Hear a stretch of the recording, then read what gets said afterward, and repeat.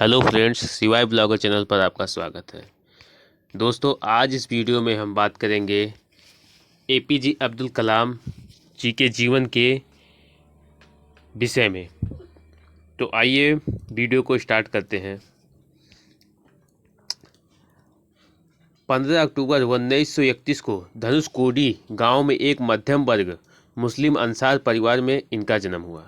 जी हाँ दोस्तों, अब्दुल कलाम जी का जन्म धनुषकोडी गांव में एक मध्यम वर्ग मुस्लिम अंसार परिवार में हुआ। इनके पिता जैनुल आबदीन ना तो ज़्यादा पढ़े लिखे थे, ना ही पैसे वाले थे। इनके पिता मछुआरों को नाव किराए पर दिया करते थे। अब्दुल कलाम संयुक्त परिवार में रहते थे। परिवार की सदस्य संख्या का अनुमान इस बात से लगाया जा सकता है कि यह स्वयं 5 भाई एवं 5 बहन थे और घर में 3 परिवार रहा करते थे। अब्दुल कलाम के जीवन पर इनके पिता का बहुत बड़ा प्रभाव रहा। वे भले ही पढ़े लिखे नहीं थे, लेकिन उनकी लगन और उनके दिए संस्कार अब्दुल कलाम के बहुत काम आए। 5 वर्ष की अवस्था में रामेश्वरम की पंचायत के प्राथमिक विद्यालय में उनका दीक्षा संस्कार हुआ था। उनके शिक्षक इयादुर्राई सोलोमेन ने उनसे कहा था कि जीवन में सफलता तथा अनुकूल परिणाम प्राप्त करने के लिए तीव्र इच्छा, आस्था, अपेक्षा, इन 3 शक्तियों को भली भांति समझ लेना और उन पर प्रभुत्व स्थापित करना चाहिए। 5वीं कक्षा में पढ़ते समय उनके अध्यापक उन्हें पक्षी के उड़ने के तरीके की जानकारी दे रहे थे, लेकिन जब छात्रों को समझ नहीं आया तो अध्यापक उनको समुद्र तट ले गए, जहां उड़ते हुए पक्षियों को दिखाकर अच्छे से समझाया। इन्हीं पक्षियों को देखकर कलाम ने तय कर लिया कि उनको भविष्य में विमान विज्ञान में ही जाना है।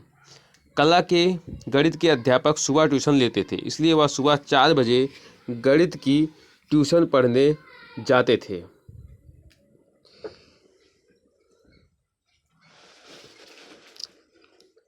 अब्दुल कलाम ने अपनी प्रारंभिक शिक्षा जारी रखने के लिए अखबार वितरित करने का कार्य भी किया था। कलाम ने 1950 में मद्रास इंस्टीट्यूट ऑफ टेक्नोलॉजी से अंतरिक्ष विज्ञान में स्नातक की उपाधि प्राप्त की है। स्नातक होने के बाद उन्होंने हावरक्राफ्ट परियोजना पर काम करने के लिए भारतीय रक्षा अनुसंधान एवं विकास संस्थान में प्रवेश किया। 1962 में वे भारतीय अंतरिक्ष अनुसंधान संगठन में आए, जहां उन्होंने सफलतापूर्वक कई उपग्रह प्रक्षेपण परियोजनाओं में अपनी भूमिका निभाई। परियोजना निदेशक के रूप में भारत के पहले स्वदेशी उपग्रह प्रक्षेपण यान SLV-3 के निर्माण में महत्वपूर्ण भूमिका निभाई, जिससे जुलाई 1982 में रोहिणी उपग्रह सफलतापूर्वक अंतरिक्ष में प्रक्षेपित किया गया था। जी हाँ दोस्तों, आगे बढ़ते हैं वीडियो में।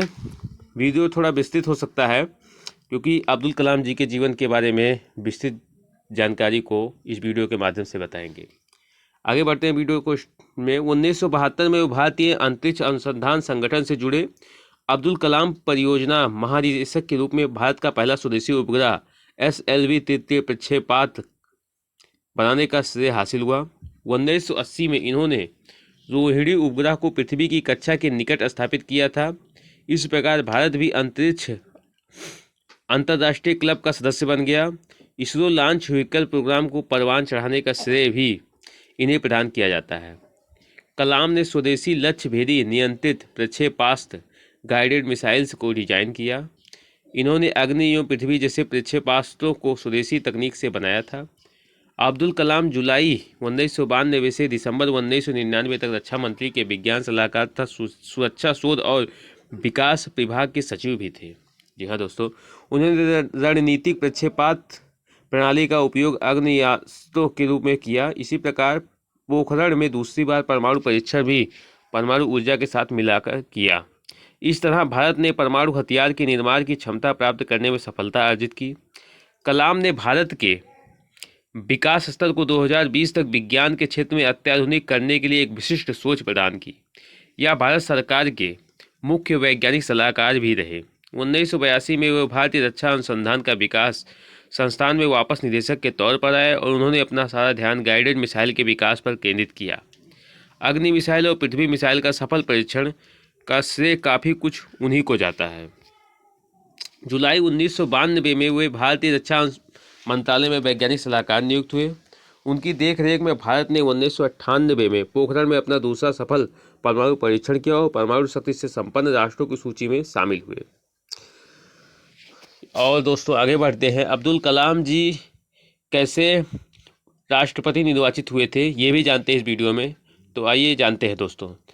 भारतीय जनता पार्टी समर्थित एनडीए घटक दलों ने अपना उम्मीदवार बनाया था, जिसका वाम दलों के अलावा समस्त दलों ने समर्थन किया। 18 जुलाई 2002 को कलाम को 90% बहुमत द्वारा भारत का राष्ट्रपति चुना गया था और इन्हें 25 जुलाई 2002 को संसद भवन के अशोक कक्ष में राष्ट्रपति पद की शपथ दिलाई गई। इस संक्षिप्त समारोह में प्रधानमंत्री अटल बिहारी वाजपेयी, उनके मंत्रिमंडल के सदस्य तथा अधिकारीगण उपस्थित थे। इनका कार्यकाल 25 जुलाई 2007 को समाप्त हुआ। अब्दुल कलाम व्यक्तिगत जिंदगी में बेहद अनुशासन प्रिय थे। ये शाकाहारी थे। इन्होंने अपना जीवन विंग्स ऑफ फायर भारतीय युवाओं को मार्गदर्शन प्रदान करने वाले अंदाज में लिखी है। इनकी दूसरी पुस्तक guiding souls dialogues of the purpose of life आत्मिक विचारों को उद्घाटित करती है। इन्होंने तमिल भाषा में कविताएं भी लिखी हैं। यह भी ज्ञात हुआ है कि दक्षिण कोरिया में इनकी पुस्तकों की काफ़ी मांग है और वहाँ इन्हें बहुत अधिक पसंद किया जाता है। यूँ तो अब्दुल कलाम राजनीतिक क्षेत्र के व्यक्ति नहीं थे, लेकिन राष्ट्रवादी सोच और राष्ट्रपति बनने के बाद भारत की कल्याण संबंधी नीतियों के कारण इन्हें कुछ हद तक राजनीतिक दृष्टि से संपन्न माना जा सकता है।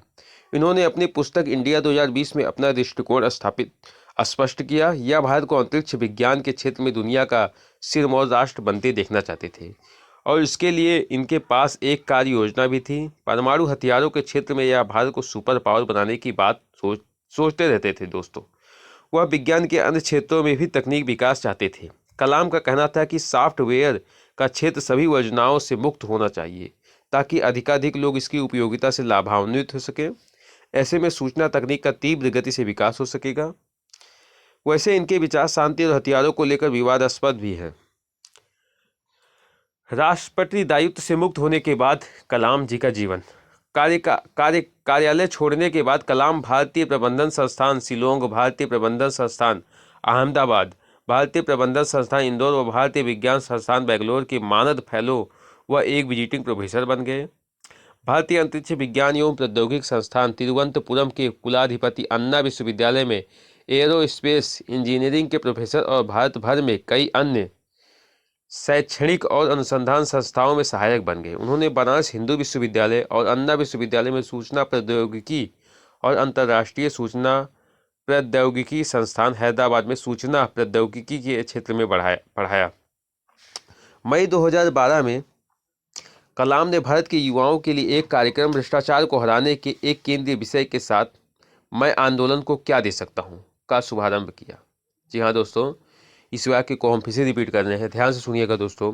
मई 2012 में कलाम ने भारत के युवाओं के लिए एक कार्यक्रम भ्रष्टाचार को हराने के लिए केंद्रीय विषय के साथ मैं आंदोलन को क्या दे सकता हूं का शुभारंभ किया। उन्होंने यह तमिल कविता लिखने और वेन्नई नामक दक्षिण भारतीय स्ट्रिंग वाद्य यंत्र को बजाने का भी आनंद लिया। कलाम कर्नाटक भक्ति संगीत हर दिन सुनते थे और हिंदू संस्कृत में विश्वास करते थे। इन्हें 2003 व 2006 में MTV youth icon of the year के लिए नामांकित किया गया था दोस्तों। 2011 में आई फिल्म आई एम कलाम में एक गरीब लेकिन उज्जवल बच्चे पर कलाम के सकारात्मक प्रभाव को चित्रित किया गया। उनके समान वह बच्चा छोटू, जो एक राजस्थानी लड़का है, खुद का नाम बदलकर कलाम रख लेता है। 2011 में कलाम की कुडनकुलम परमाणु संयंत्र पर अपने रुख से नागरिक समूहों द्वारा आलोचना की गई। इन्होंने ऊर्जा संयंत्र की स्थापना का समर्थन किया। इन पर स्थानीय लोगों के साथ बात नहीं करने का आरोप लगाया गया। इन्हें एक समर्थ परमाणु वैज्ञानिक होने के लिए जाना जाता है, पर संयंत्र की सुरक्षा सुविधाओं के बारे में इनके द्वारा उपलब्ध कराए गए आश्वासनों से नाखुश प्रदर्शनकारी इनके प्रति शत्रुतापूर्ण थे। 27 जुलाई 2015 की शाम अब्दुल कलाम भारतीय प्रबंधन संस्थान शिलोंग में रहने योग्य ग्रह पर एक व्याख्यान दे रहे थे। इनकी निधन कैसे हुई दोस्तों, ये जानते हैं इस वीडियो में। 27 जुलाई 2015 की शाम अब्दुल कलाम भारतीय प्रबंधन संस्थान शिलोंग में रहने योग्य पर ग्रह पर एक व्याख्यान दे रहे थे जब उन्हें जोरदार कार्डियक अरेस्ट, दिल का दौरा हुआ और ये बेहोश होकर गिर पड़े। लगभग 6:30 बजे इनकी हालत गंभीर हो गई। इन्हें बेथानी अस्पताल में ICU में ले जाया गया और 2 घंटे के बाद इनकी मृत्यु की पुष्टि कर दी गई। जी हाँ दोस्तों, 2 घंटे बाद इनकी मृत्यु की पुष्टि कर दी गई। अस्पताल के सीईओ जॉन साइलो ने बताया कि जब कलाम को अस्पताल लाया गया तब उनकी नब्ज और ब्लड प्रेशर साथ छोड़ चुके थे। अपने निधन से लगभग 9 घंटे पहले ही उन्होंने ट्वीट करके बताया था कि वह शिलोंग आईएम में लेक्चर के लिए जा रहे हैं। कलाम अक्टूबर 2015 में 84 साल के होने वाले थे। मेघालय के राज्यपाल सी षडमुखनाथन अब्दुल कलाम के हॉस्पिटल में प्रवेश की खबर सुनते ही सीधे अस्पताल में पहुंच गए। बाद में षडमुखनाथन ने बताया कि कलाम को बचाने की चिकित्सा दल की कोशिशों के बाद भी शाम 7:45 पर उनका निधन हो गया। कलाम जी के कुछ संदेश भी हैं दोस्तों, जो इस वीडियो के माध्यम से हम पढ़ना चाहेंगे, बताना चाहेंगे दोस्तों। मैं यह बहुत गर्वोक्ति पूर्वक जो नहीं कह सकता कि मेरा जीवन किसी के लिए आदर्श बन सकता है, लेकिन जिस तरह मेरी नीयत ने आकार ग्रहण कर किया, उससे किसी ऐसे गरीब बच्चे को सांत्वना अवश्य मिलेगी जो किसी छोटी सी जगह पर सुविधाहीन सामाजिक दशाओं में रहा होगा। शायद यह ऐसे बच्चों को उनके पिछड़ेपन और निराशा की भावनाओं से विमुक्त होने में अवश्य सहायता करेगा। जी हाँ दोस्तों, ये कलाम जी के शब्द थे। और दोस्तों, कलाम जी का अंतिम संस्कार जो हुआ था, इसके विषय में भी जानते हैं दोस्तों। आइए जानते हैं। मृत्यु के तुरंत बाद कलाम के शरीर को भारतीय वायुसेना के हेलीकॉप्टर से शिलांग से गुवाहाटी लाया गया, जहां से अगले दिन 28 जुलाई को पूर्व राष्ट्रपति एपीजे अब्दुल कलाम का पार्थिव शरीर मंगलवार दोपहर वायुसेना के विमान C-130J हरक्यूलस से दिल्ली लाया गया। लगभग 12:15 पर विमान पालम हवाई अड्डे पर उतरा।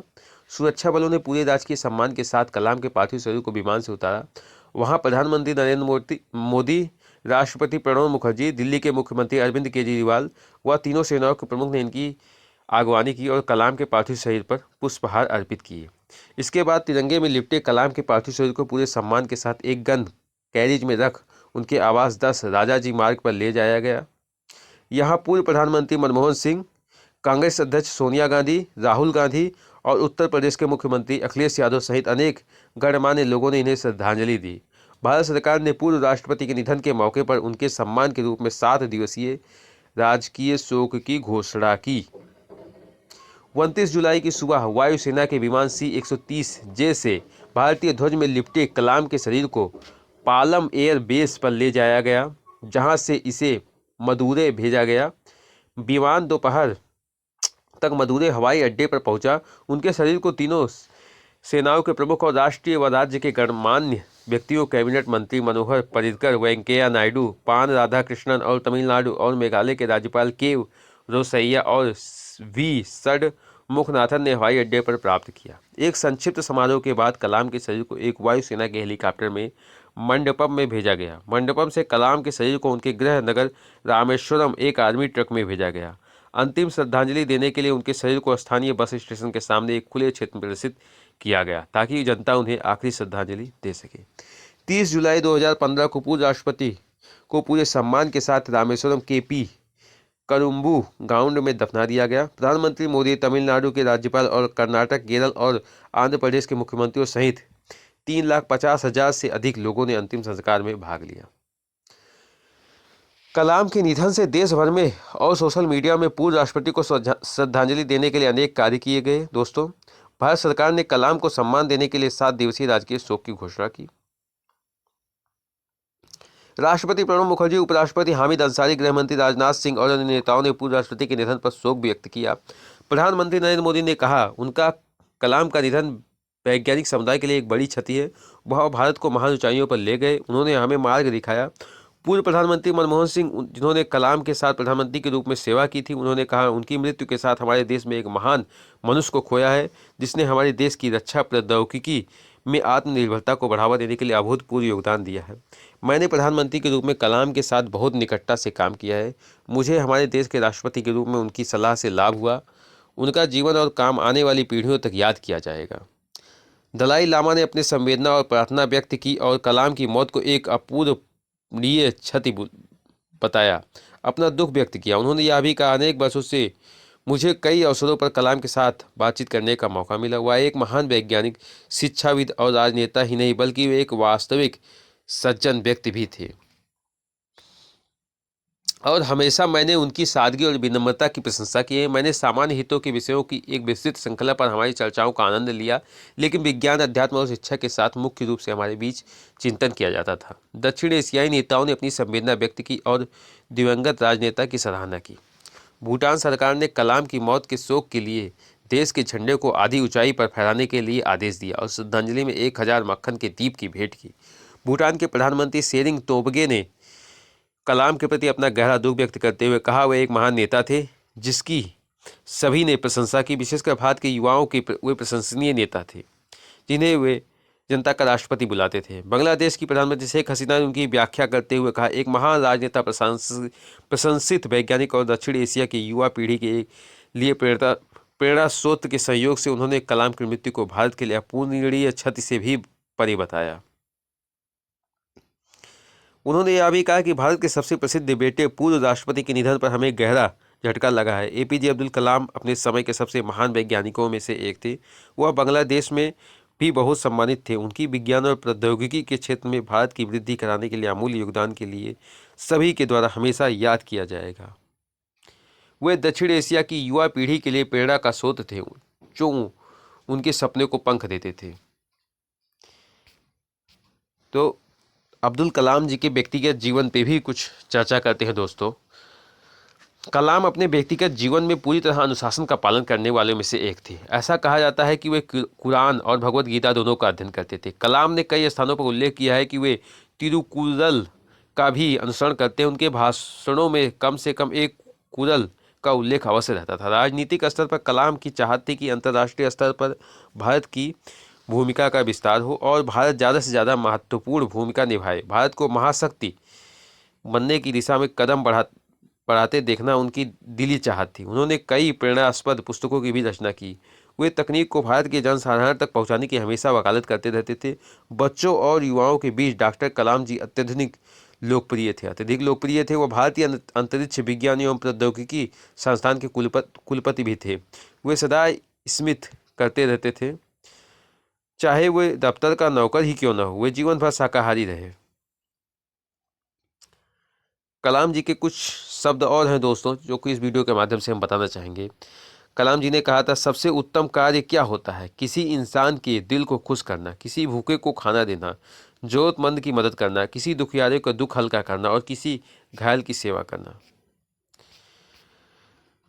कलाम जी को सम्मान भी काफ़ी मिला है, तो आइए उनके सम्मान का बस और पुरस्कार और प्रदाता संस्था तीनों पर चर्चा करते हैं दोस्तों। 2014 में इनको सम्मान मिला था डॉक्टर ऑफ साइंस। प्रदाता संस्था था एडिनबर्ग विश्वविद्यालय, यूनाइटेड किंगडम। 2012 में डॉक्टर ऑफ लॉज मानद उपाधि साइमन फ्रेजर विश्वविद्यालय से। 2011 में IEEE मानद सदस्यता प्रदाता संस्था था IEEE। 2010 में doctor of engineering university of Waterloo. 2009 में मानद डॉक्टरेट ऑकलैंड विश्वविद्यालय से। 2009 में हूवर मेडल ASME फाउंडेशन। 2009 में वान कार्मन बिंक्स अंतर्राष्ट्रीय award California institute of technology. 2008 में डॉक्टर ऑफ इंजीनियरिंग उपाधि नाइन यांग टेक्नोलॉजी विश्वविद्यालय सिंगापुर। 2008 डॉक्टर ऑफ साइंस मानद उपाधि अलीगढ़ मुस्लिम विश्वविद्यालय। 2007 doctor of science and technology की मानद उपाधि कार्नेगी मेलन विश्वविद्यालय। 2007 में Kings Charles medal royal society United kingdom.